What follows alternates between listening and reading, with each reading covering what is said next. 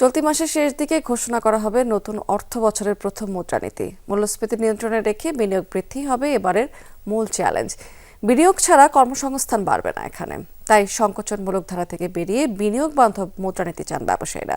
অর্থনীতিবিদরাও বলছেন মুদ্রানীতিতে নীতি সুধার কিছুটা কমানো উচিত। মূল্যস্ফীতি নিয়ন্ত্রণে আসায় সুধারে কিছুটা ছাড় দেওয়ার ইঙ্গিত দিয়েছে অবশ্য বাংলাদেশ ব্যাংক।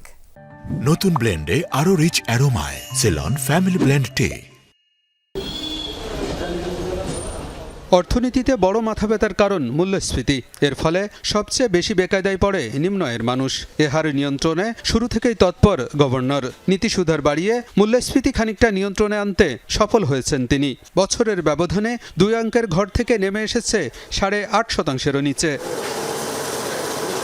মূল্যস্ফীতি কমলেও নীতি সুধার বৃদ্ধির বিরূপ প্রভাব পড়েছে বিনিয়োগে। বেসরকারি খাতে ঋণের প্রবৃদ্ধি কমে দাঁড়িয়েছে 7 অঙ্কের ঘরে, যা লক্ষ্যমাত্রা থেকে অন্তত 2.5% কম।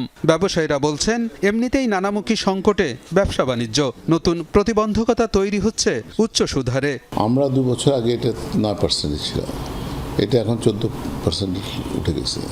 আর যদি চক্রবৃদ্ধি দাঁড়ায় আরও বেশি, তো এত সুদ দিয়ে তো অ্যাকচুয়ালি ব্যবসা করা সম্ভব না। অলমোস্ট অনেকেই কিন্তু ক্ষতিগ্রস্ত হচ্ছে এবং আপনি দেখতে পাবেন যে ক্রমান্বয়ে এনপিএল রেশিও বেড়ে যাচ্ছে যাবে এবং অনেক কোম্পানি কিন্তু ব্যাংকের লোন শোধ করতে পারবে না, তাতে ডিফল্টার হয়ে যাবে।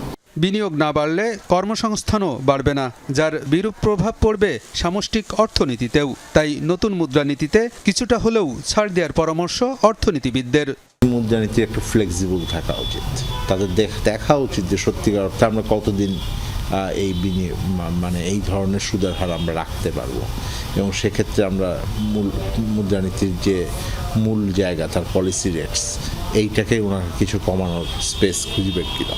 মুদ্রানীতি করবার ক্ষেত্রে মূল্যস্ফীতি যেমন গুরুত্বপূর্ণ, আমি মনে করি যে দ্বিতীয় গুরুত্বপূর্ণ জায়গা হয় যে তাদের আনএমপ্লয়মেন্ট রেট বা কাজের সংখ্যা। তো সেই জায়গাটাতেও বাংলাদেশ ব্যাংক এখন ফোকাস করবে কিনা। রিজার্ভ বৃদ্ধির পাশাপাশি স্থিতিশীলতা ফিরে এসেছে বৈদেশিক মুদ্রা বাজারেও। কাঙ্ক্ষিত পর্যায়ে না আসলেও খানিকটা কমেছে মূল্যস্ফীতিও। এসব বিবেচনায় নীতি সুধার কিছুটা কমানোর ইঙ্গিত দিয়েছে বাংলাদেশ ব্যাংক। আমরা যে সংকোচনমূলক নীতি কন্টিনিউ করি, তবে কিন্তু এটা বিনিয়োগ বান্ধব হবে না। অতএব একে যেহেতু 3টা ফ্যাক্টরের মধ্যে 2টা ফ্যাক্টর অলরেডি আমরা অ্যাচিভ করতে পেরেছি, মুদ্রাস্ফীতির সম্পূর্ণ নিয়ন্ত্রণ করতে না পারলেও কিছুটা কমিয়ে আনতে সক্ষম হয়েছি। সেই হিসেবে এবারে হয়তোবা কিছুটা ভিন্ন রূপ, অতটা সংকোচনমূলক নীতি নাও দেখা যেতে পারে।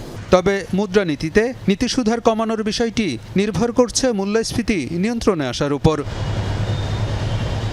আলমগীর হোসেন, যমুনা নিউজ, ঢাকা।